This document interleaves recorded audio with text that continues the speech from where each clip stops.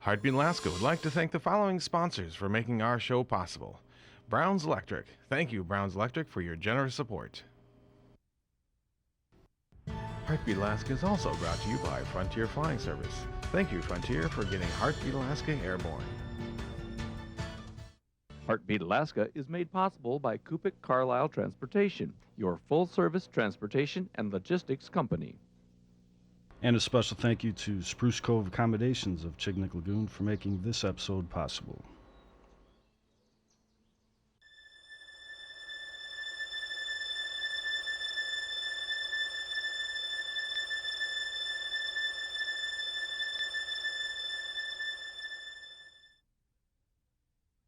Hello everyone and welcome to Heartbeat Alaska Native News and Information. I'm Jeanie Greene and once again we travel to remote villages in rural Alaska, sharing the lives of the good people that live there.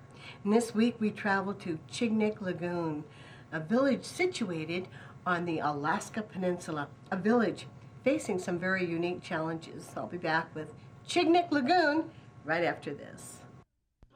On your next visit to Anchorage, be sure to stay at the Creekwood Inn and RV Park. Now under new management, the Creekwood Inn offers 26 newly renovated rooms and a cabin that sleeps 6. If you're in town for an event, the Creekwood Inn is the nearest hotel to the Sullivan Arena. The Creekwood Inn also has 68 RV spaces available year-round and offers winter RV storage with water, electric, sewer, and cable. The Creekwood Inn and RV Park is a proud sponsor of the Iditarod Fur Rendezvous and the Alaska Fighting Championships. So the next time you're in Anchorage, visit us at the Creekwood Inn and RV Park.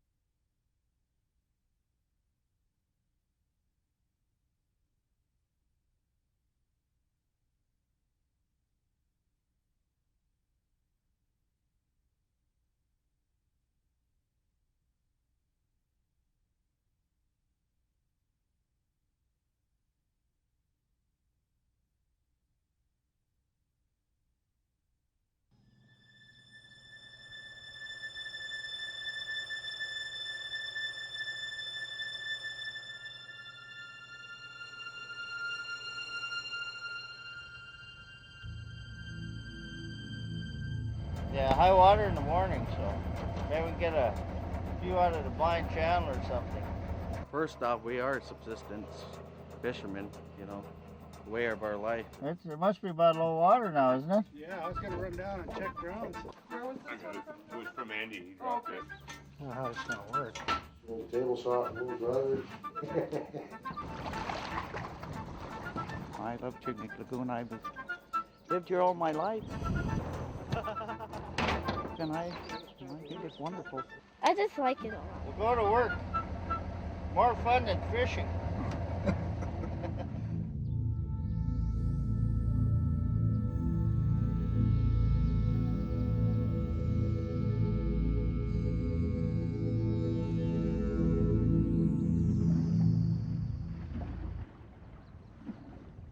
One of the last towns at the end of the Alaska Peninsula, Chignik Lagoon is a place where everyone knows everyone else. People don't lock doors, and life moves at the speed of the tides. Politics and worries about the outside world take a backseat to more important and immediate concerns, like fixing your boat's motor.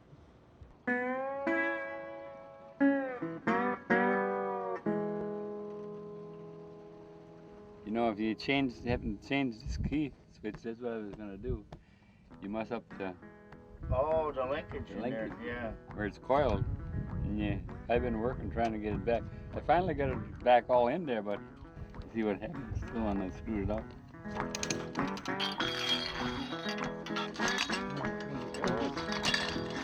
There it is. That's my two sons, Hal and Rodney Anderson, and they're putting in a... They just got done putting in a new septic tank for me. Ready, old chap? No, we should have one that'll last for another 50 years, maybe. Stuff is pretty soft. Yeah, I'm surprised. The jump out? Okay, Andy.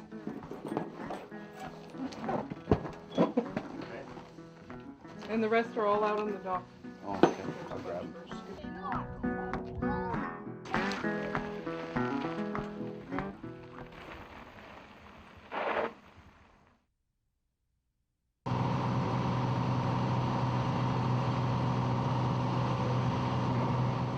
The only way in and out of town is by plane or boat. No roads connect the community to other villages, but people do import vehicles for getting around town.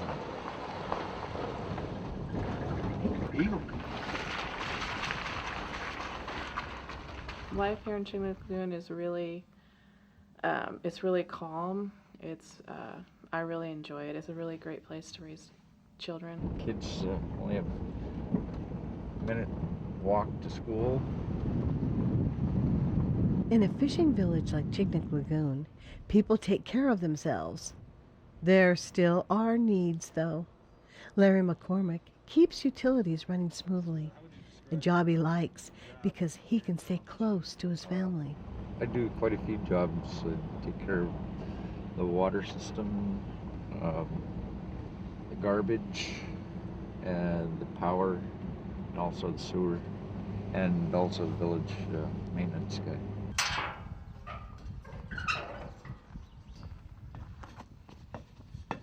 This here's the water tank right up here. It doesn't freeze like the other one did, and it's bigger. It keeps up with the demand of the village. Just on the other side of that greenhouse is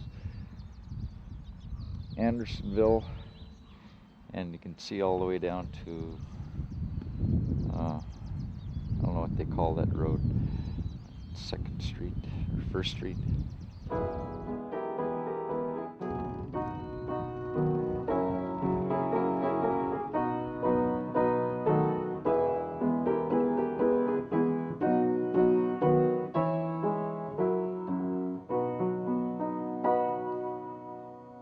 The village's spiritual needs are looked over by Monroe Campbell. Yeah, we have a Sunday school and church here every Sunday, 11 o'clock. We've had that for many, many years.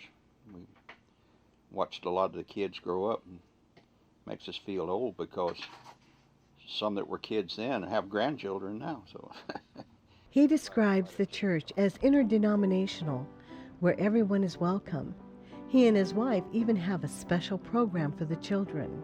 well, they have a flannel graph, they have songs, and memorizing scripture, that sort of thing. That's, you don't know what flannel graph is?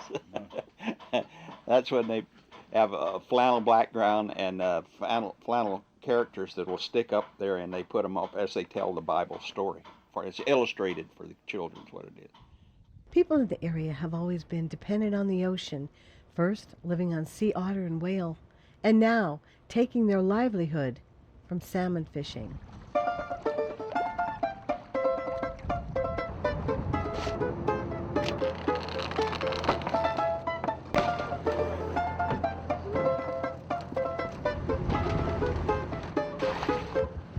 Fishing, go out, catch fish, be on the boat. Oh, we go out and catch them, clean them, can them, smoke them, we do it all. Me, I've lived here for 84 years, 2 years in the Army in World War II. It used to be a lot different. I was 14. We lived strictly off the land, ducks and rabbits and whatever we could get. We got moose. We used to have caribou. There isn't anymore. I don't know why. It's maybe because of the trophy hunters. It's people who live here that have to survive off the land, off of the fish. Get all the fresh fish, crab, clams, and everything you want. Could live from the ocean itself. I think it's a healthy way of life. One thing, you have to go out and get your food. We're out getting subsistence or alders for our smoked salmon. I use just alder, straight alder. I used to use cottonwood, but it got too bitter for my taste. So. What we're looking for is a thick-based one, so they don't burn up so quickly and just kind of smolder. Just open fire. And that'll smolder and smoke. And it's warm out today, so we're trying to get the smoke as cool as possible. Get the fish where they won't get hot. If you get them hot, they'll start cooking and flaking the meat, you know. The difference in the texture is really important. It's a natural smoke, as you can see, it's alder. It grows wild around here. This is a way of life for us. Here, subsistence is a big part of it. I enjoy eating this stuff. It's good, you know. It's like candy when it's done. It's really good, you know. For a culture that lives and breathes by the ebb and flow of marine life, the water dictates everyday existence. We grew up on the boat. From the time we could walk, we were on the boat, and many good memories of fishing. Some years were bad, but we always seemed to make it. I think I started running the boat since I was 16 and fished all my life. 1947, the big year they had. I think I put in 47,000 fish, you know, seine. Well, at the price you get, we made a lot of money then. There's a big old king salmon in there. Woo! Now that's a big one. Let's try to pull it out, see if it'll move.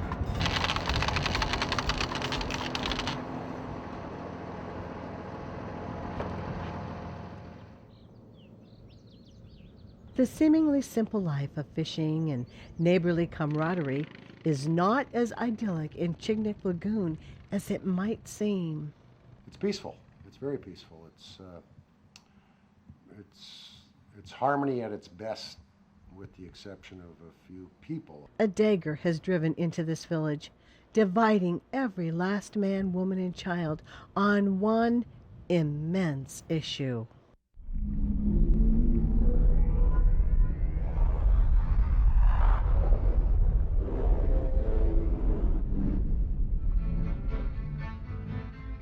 Kind of weird. Lots of people talk about it. I think there's good and bad parts to the co-op. Co-op has changed me. I mean, I look at them and say, you're a co-opper, and walk away. When people get together and the things they say to each other, you know, things that are hateful. There's a few people that basically, in my opinion, are stupid. I don't think that's necessary at all. You know, I'll say something ugly to them, but I regret it because I used to be friends with them. I don't think it's very fair. The cooperative's benefited everybody. It has. It's a fact. This co-op deal makes a lot of fishermen jobless. A family man can make it. There's no way. I have some opinions as to which side is right, but some of my best friends are on the other side from what I'm on right now. It's tearing us apart. It's unfortunate because we are such a small community, and those kinds of things really do affect your day-to-day life when you're in such a small village like this. In January 2002, the Alaska Board of Fisheries established parameters for a cooperative fleet in the Chignik purse seine fishery.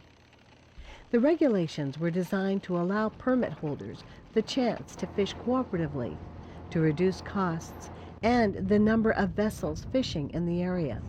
What you have to imagine before is back in the competitive days, there was like 80 boats fishing within the Chignik Lagoon. Every single one of them has outboard engines, diesel engines, people using the toilet all day long. And now, at any one given time, there's only like 20 boats. There's only 20 boats fishing within the lagoon. So the environmental impact on the lagoon is, as you can imagine, is essentially 1/4 of what it was. So this method of gear is a very passive, very calm, very quiet way. I mean, it might take 10 boats to catch the same amount of fish that we can do in one little 15-minute set here. Based on the board's regulations, the Chignik Seafood Producers Alliance formed that year. 77 fishing boats joined, and 22 continued to fish independently. The number fluctuates every year, as some cooperatives decide to fish independently for a season and vice versa. The majority of permit holders, though, have polarized and stick with the method they prefer. Everybody's got their own opinions and they're strong, and I don't know what you'd do about it. I really don't. Except that just let everybody do what they think's best.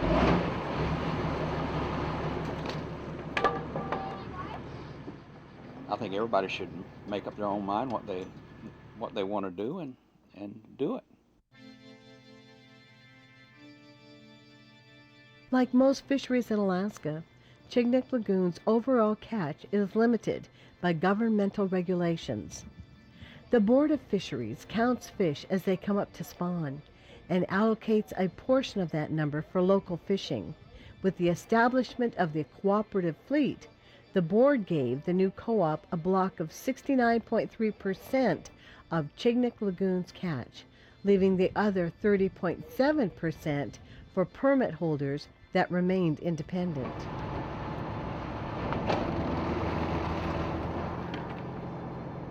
The co-op is left free to divide that 69% between its boats in whatever manner it chooses, so some crews take up slack left by others. We're trying to improve the quality of the fish, and that's not going to happen overnight. I mean, we're going to have to work at it. It's not really fair to have some people working and other people down in the lower 48 getting money from the people who are working.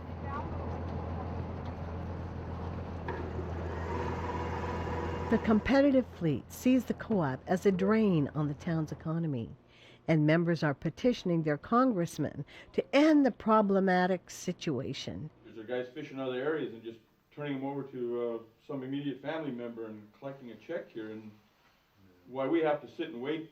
We got investments in our boats. They take issue with the co-op paving the way for outside investors who don't have an interest in the village's future. We're getting run out of our own business by people that have no interest in the fishing business anymore.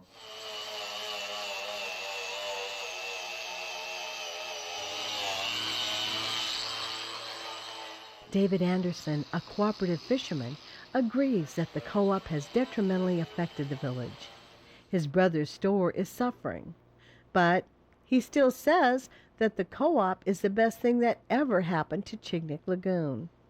Right now, the competitive fleet is getting 74 cents a pound or more advanced. And I think that's the highest in the peninsula, if you look at it. And last year was the same thing.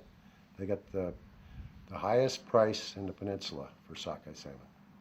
And that has contributed to the co-op. Plain and simple. The co-op has brought fish sale prices up for the fleet by pooling resources and making the process more economical for its boats.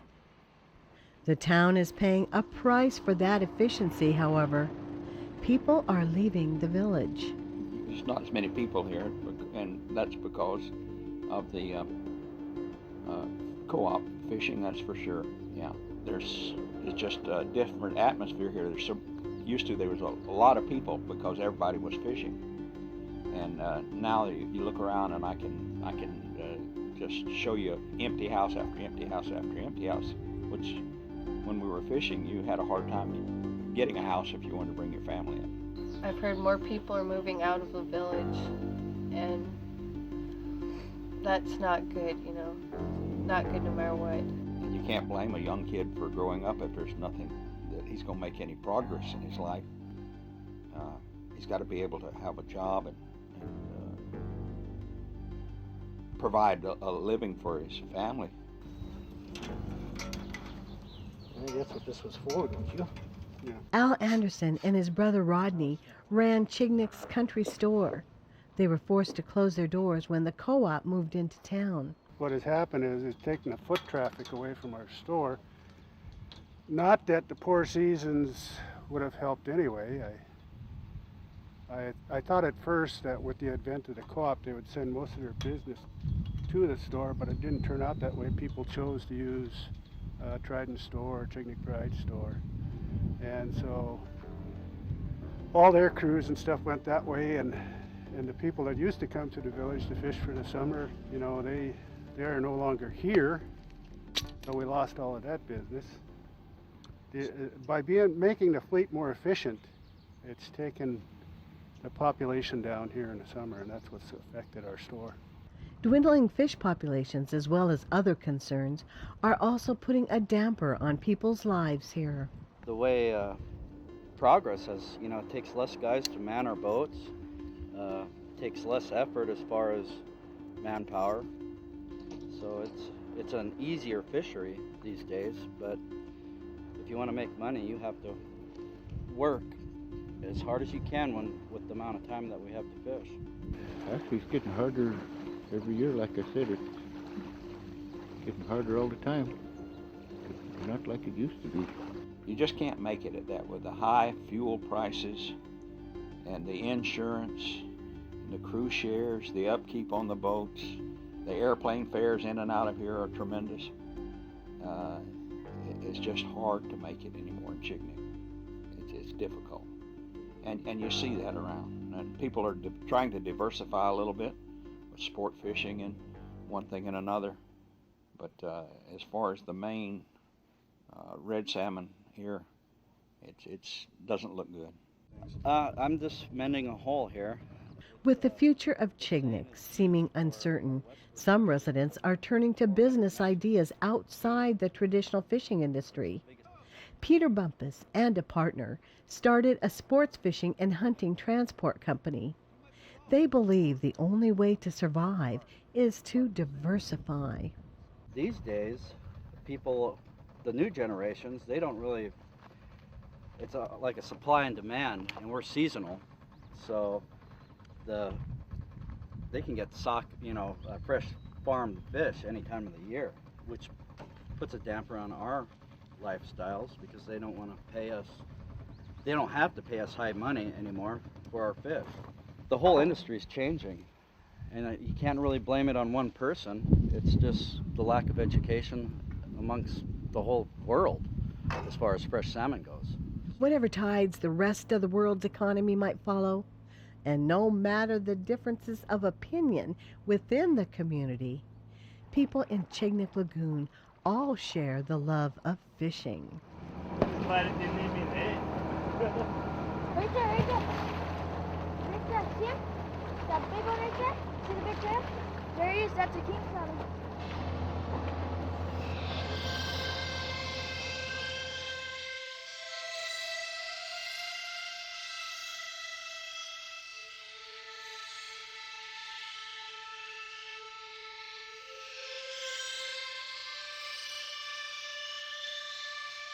I see a little bit of a future, but if fishing keeps on going the way it is, we ain't gonna have none.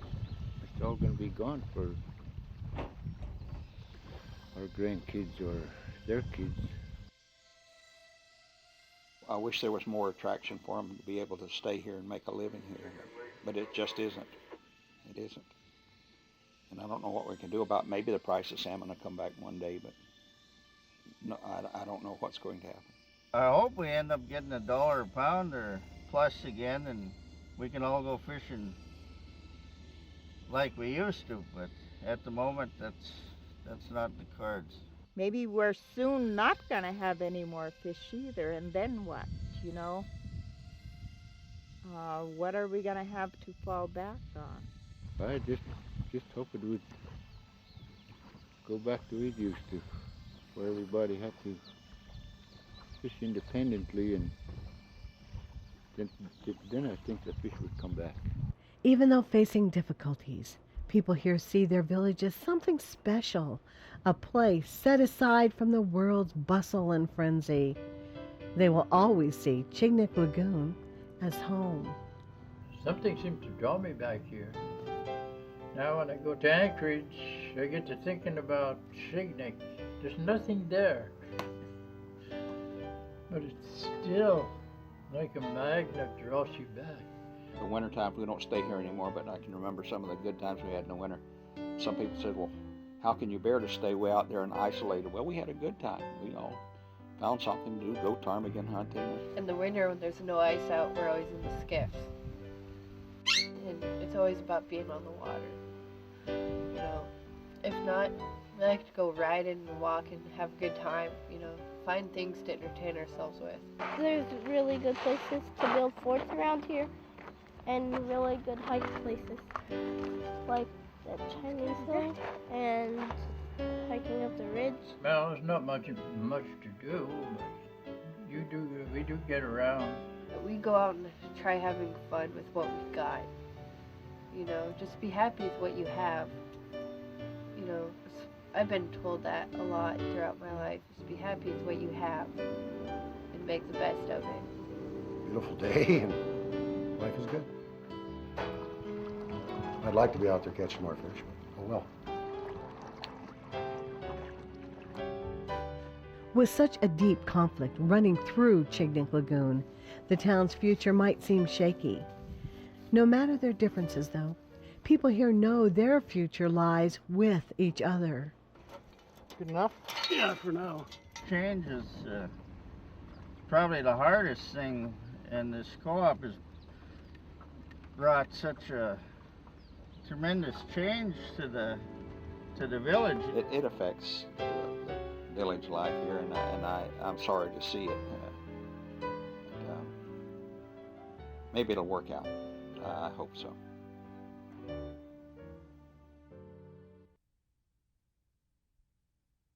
Thank you, good people in Chignik Lagoon, for your willingness to share your story, both sides, with the viewers of Heartbeat Alaska. And thank you, everyone, for watching, and will be watching Chignik Lagoon to see how things work out in that beautiful village. God bless every one of you. Thanks for watching, and we'll see you again next week.